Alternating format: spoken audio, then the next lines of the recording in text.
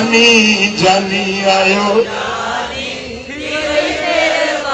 ओ जाने पो चले वे दार अल्लाह कंदो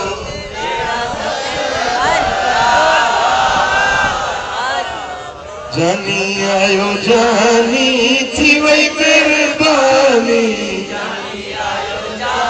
अज सिख सा मोहब्बत सा खिली मुर्की नात पढ़ो मलाइक चौधारी मजलिस जो गड्डी थी विया ने लिस्टू लिखती रहियूं ने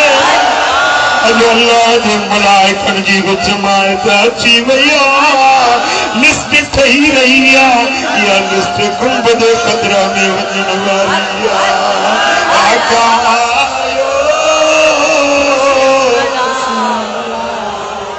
ओ जानी आयो जानी थी वही मेरे बानी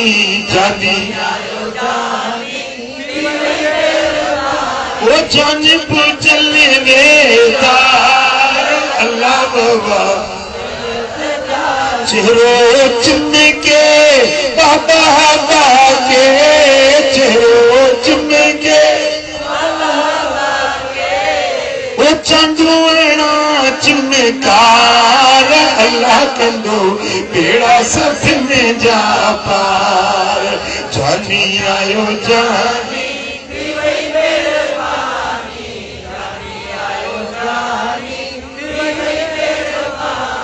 ओ जाने पो चले वेदार अल्लाह कंदो ओ लाल बन जो मुर्गण मोहे लाल बन जो ओ नाज़न हारे दिलियूं धोए नाज़न हारे ओ वाह मिठी मुस्कार अल्लाह बाबा जानी आयो जानी थी वही मेरे बानी जानी आयो जानी थी वही मेरे बानी ओ जानी चले वेदार अल्लाह कंदो जिब्रील जे जो झूले हिंदोरो जिब्रील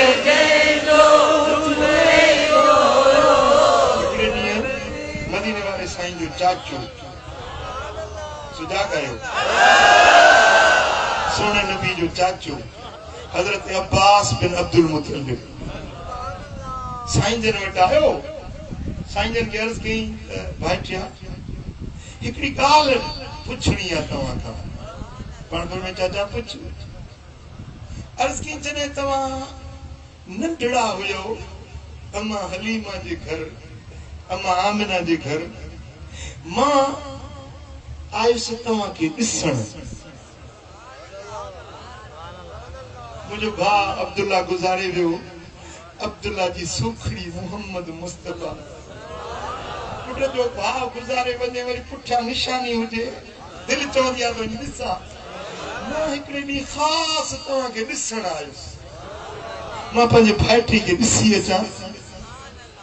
कहिड़ी सूरत आहे कहिड़ी सीरत आहे मां ॾिसण आयुसि तव्हां पींघे में हुया ओॾी महिल मूं ॾिठो त केरु माण्हू न हुयो पर पींघो तव्हांजो पाणे हले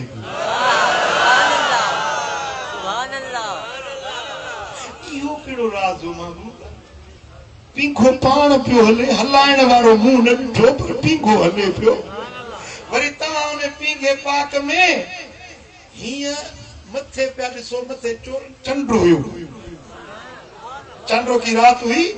वो तव्हां आंगुर हीअं कयो त चंड उॾे तव्हां आंगुर हीअं कयो त चंड उॾे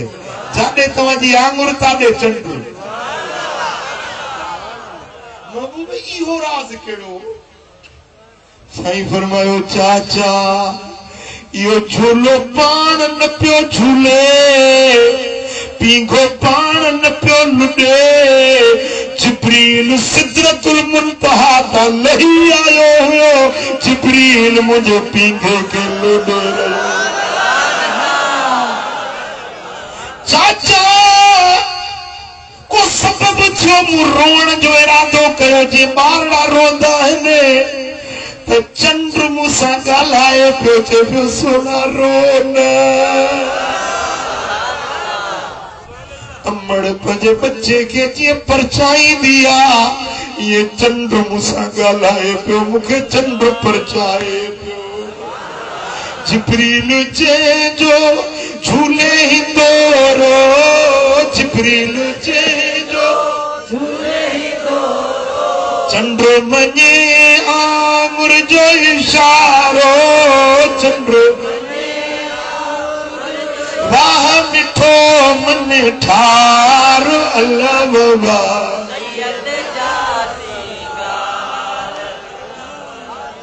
सुभान अल्लाह।